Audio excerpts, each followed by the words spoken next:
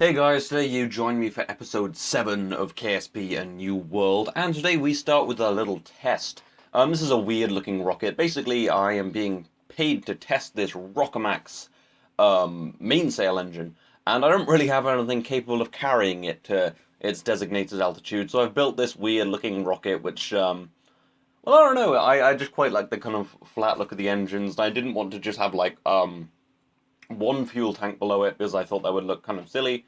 So yeah, this is the invention I came up with. It's pretty ugly, but it will indeed test the mainsail engine. If I'd thought about it, I would have put a couple of parachutes on it and gotten the money back for the mainsail engine, but well, as is my burden. But I'm doing this for the science rather than the money, really. And you'll notice that the decoupler's a bit too small as well. That's because that's the 2 meter one from um, the deadly reentry pack as opposed to the 2.5 meter one that you would usually use.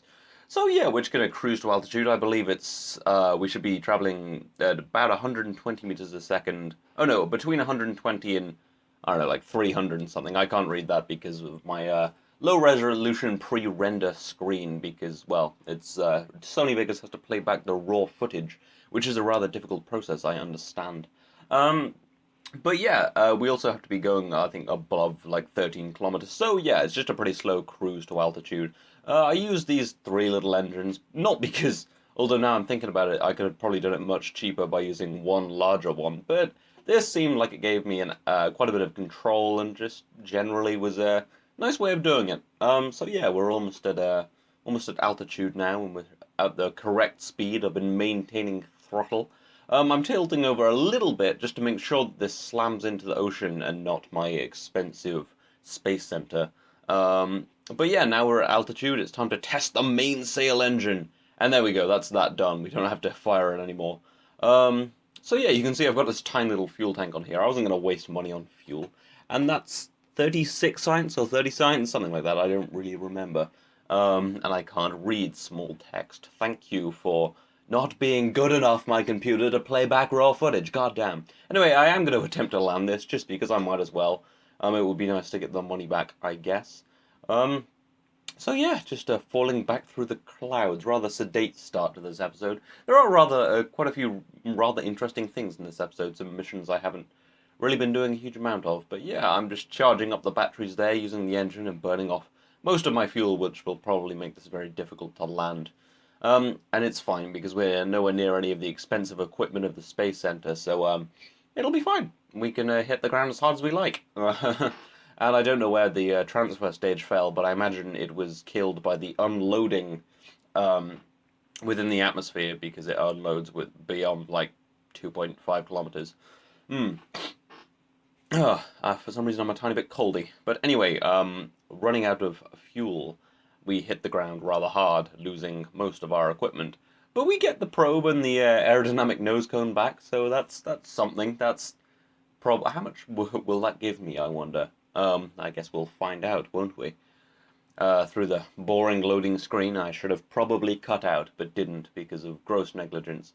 Yeah, there we go, and we've got almost enough science for something new, and we got a little bit of like 600-ish funds back. And let's grab those launch struts back so we get a little bit of money. We're coming up to having enough money for the new. Well, I'm trying to get enough money for the new VAB, although I don't know how well that'll go. Anyway, this is one of my failed launches. I dropped it too early, and you saw what happened there. It looked rather ridiculous, but now I want to try and get it back on track and go to space anyway.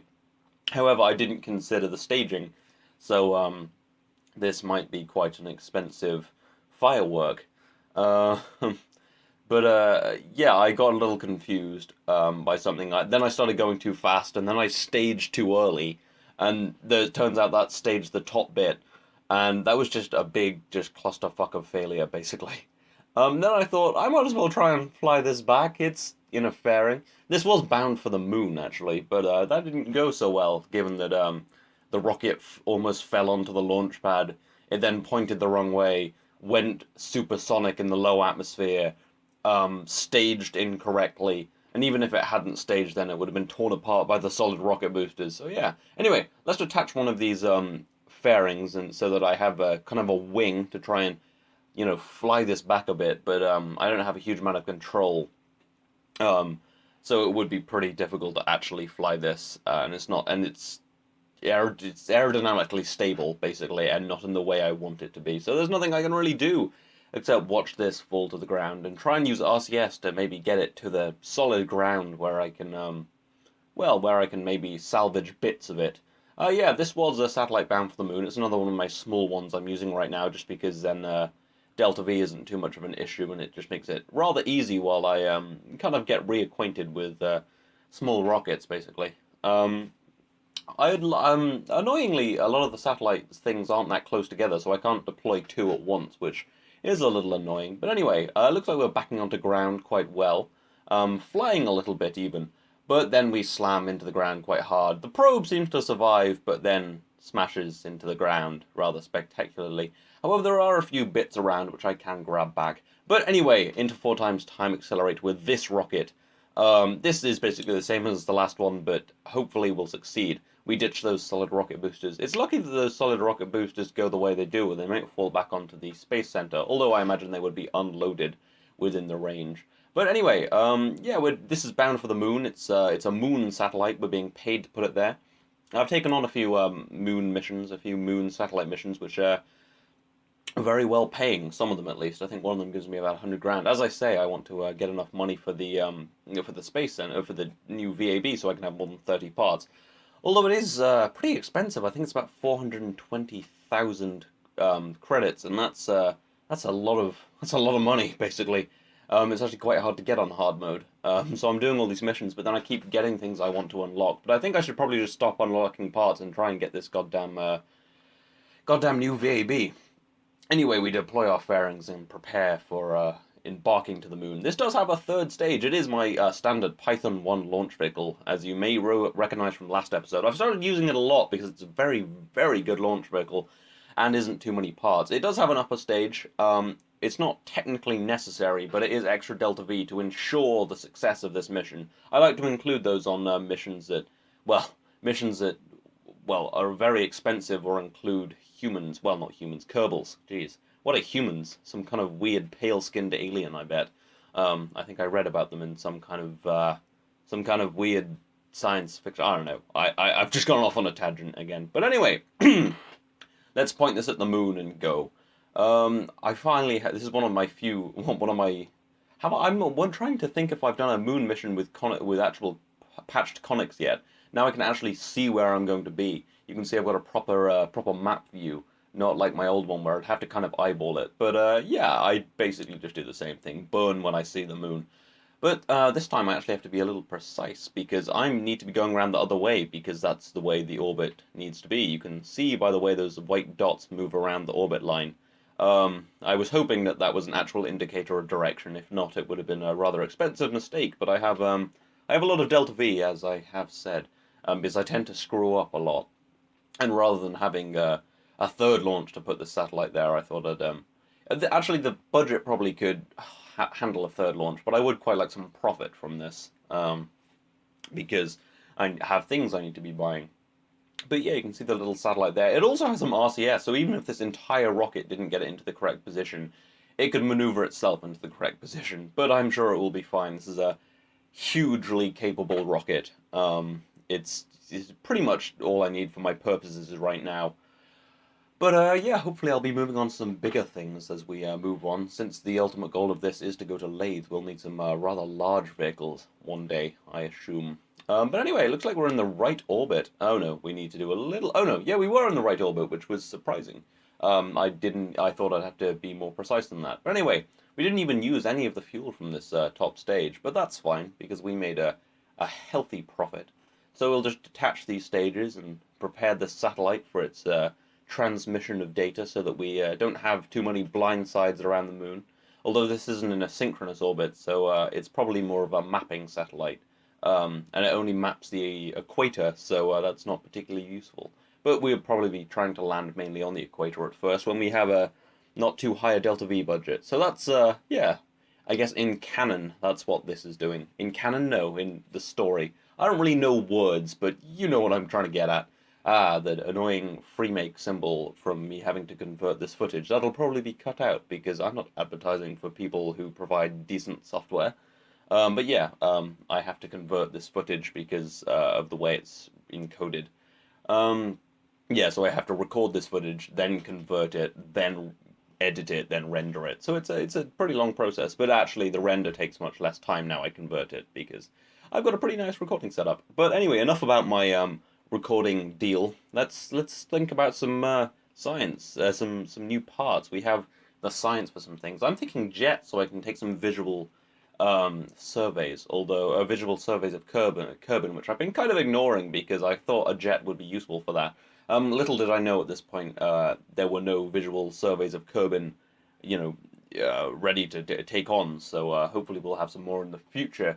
But I think I will be trying to do some of the moon as well because they're very well paying and they have a good science yield. So they are very useful missions. I've kind of shied away from them on Kerbin because it seems like a thing that a plane would be quite useful for because you have to be quite low down. So I mean, I probably could do it with rocket tech. Well, I definitely could do it with rocket technology. I just don't think a rocket is particularly useful for in-atmosphere things. But I'm also looking at this. I do have station science installed, incidentally, which is what all these extra little things are. Although I haven't really looked into it, so I don't know what any of the parts do. So I'm probably not going to get that right now. I think I'm going to get the jets.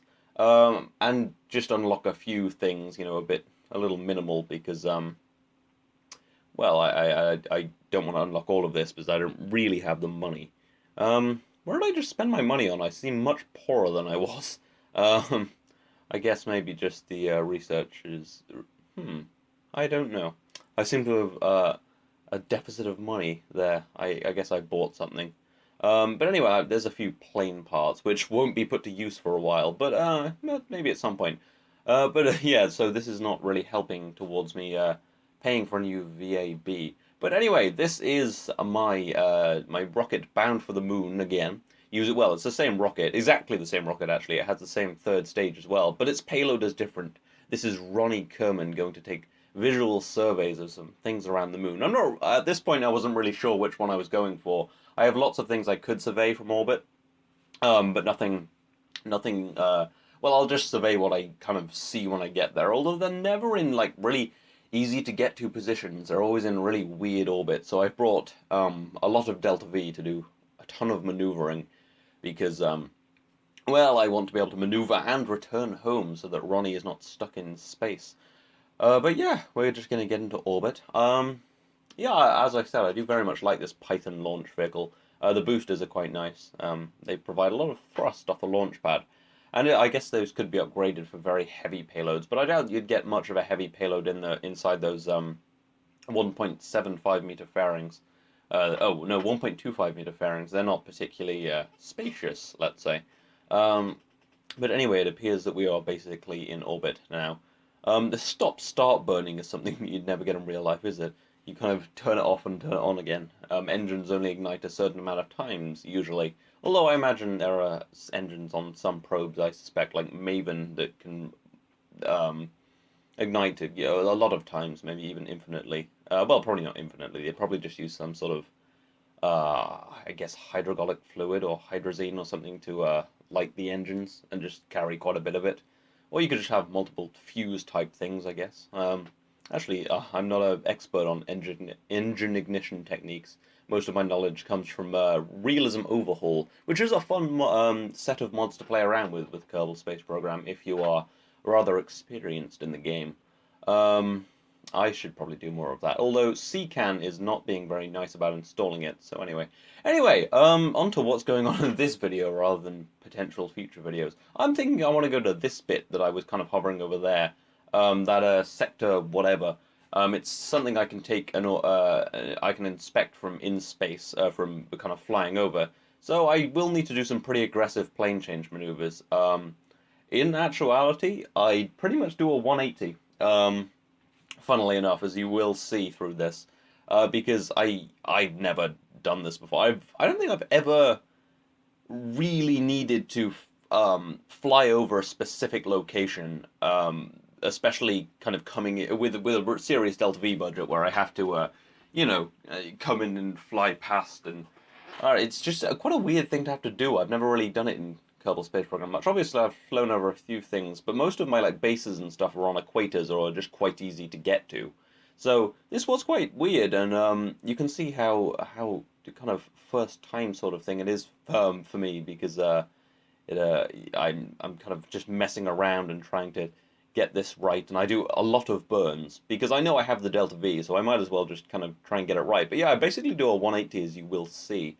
Um, I kind of bring it down and then flip it around as I realize obviously the moon is rotating. But I've forgotten the moon's rotation period. I mean, I've forgotten its orbital period as well, which are the same lengths of time, of course, because it's tidally locked. I think it's well, the real moon I think is like 27, 27.3 days or something similar to that.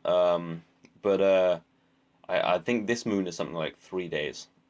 So it's got a pretty long rotation period. So that target won't move too much, but I would like to, get very close to it since I need to get this mission done. Because well, I want this mission to be paid for by that contract. So yeah, I'm kind of messing around. It is actually quite hard from where I am to actually maneuver onto the target. I'm thinking a less efficient burn nearer to the moon would be better at getting me kind of pinpointed to the target. And I will actually have to move into orbit if I'm going to get to the correct altitude, because it wants me to be below about 8 kilometers, which is pretty ridiculous. But you can see how much I've kind of played around with this, because I really wasn't sure what I was doing. So I decided to time warp to get an idea of where the target will be, and then just kind of did a burn south, and then brung my periaps in closer to the moon. But I have to get very very close. I think as long as you stay above about 6 kilometers on the moon, you're probably not going to hit anything. I've forgotten where I learned that. I think from a guy called Pixel Stash, who's I don't really watch Pixel Stash anymore, but he has a channel. He does KSP and things. He was actually one of the first people I watched. He was back when his channel was called Stomp Thompson. He was one of the first KSP YouTubers I watched. One of the first gaming YouTubers I watched. I didn't really watch any gaming YouTube stuff until I started watching KSP. And then I just started watching KSP and like nothing else. And like I'd see NerdCube play KSP, I'd be like, why is he playing other games and things? This was quite a while ago, I guess. And then I kind of got into the whole YouTubing scene. But anyway, enough history lessons about Peter, and onto taking visual surveys into 1 times time accelerate for this. I have to take a crew report while over the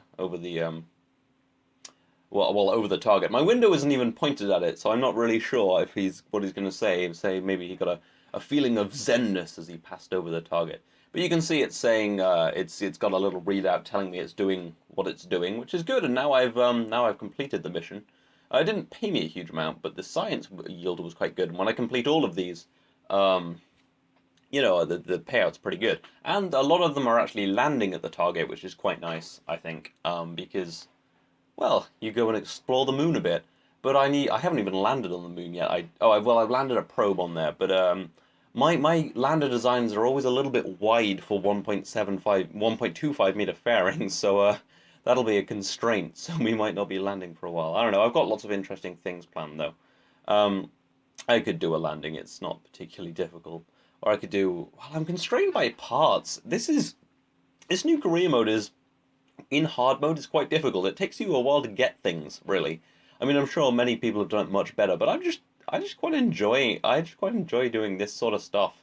Like stuff I haven't really done that much because I've landed on the moon a billion times. Yeah, literally a billion. And I did love that shot of the moon. Although I am completely disorientated by the moon moving that fast, and I didn't mean the moon. I meant that shot of Kerbin as I was moving up the moon, and you can just see Kerbin with its beautiful clouds there glowing in the distance. If there wasn't such a RAM problem these days, I would probably use in better atmospheres, which does make the planets look rather nice, and does make the dark side of planets look really dark.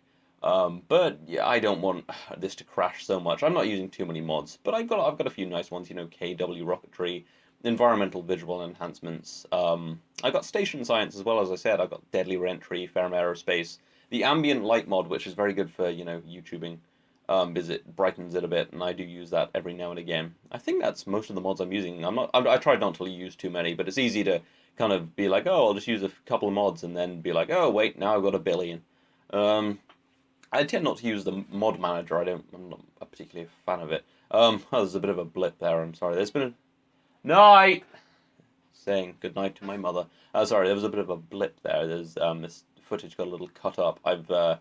Because, well, various reasons, pausing and game crashes. I only had one crash this entire recording of episode, which was an hour of gameplay, which still, I guess it is modded. I mean, I rarely play stock. I don't know if it's still crashing still a problem in stock KSP. I remember when I started playing, it was a ridiculous problem. I think I started playing on Linux as well. I was using Ubuntu at the time and a terrible graphics card, so everything ran like hell. And that's why in my very old videos, frame rates were abysmal. And the commentary was abysmal.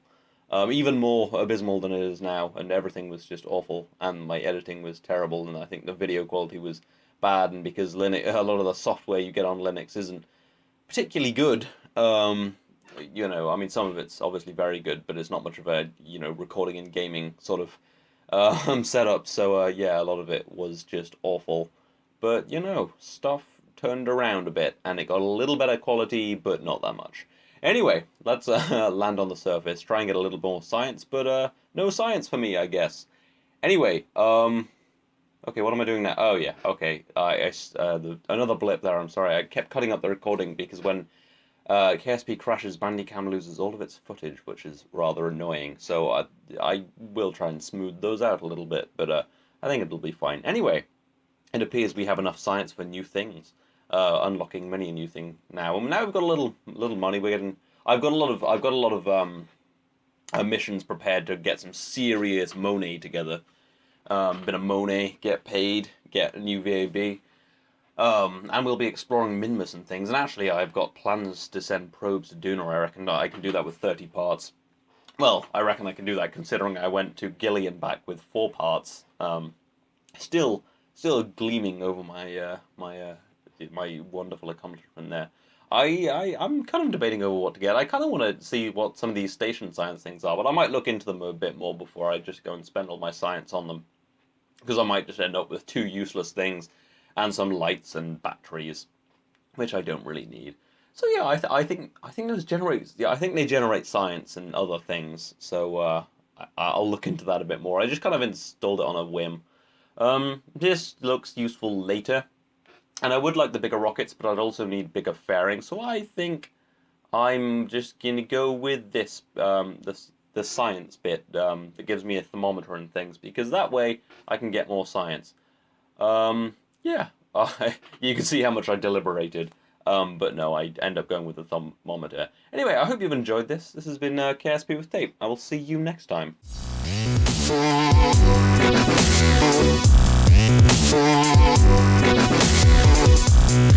Yeah.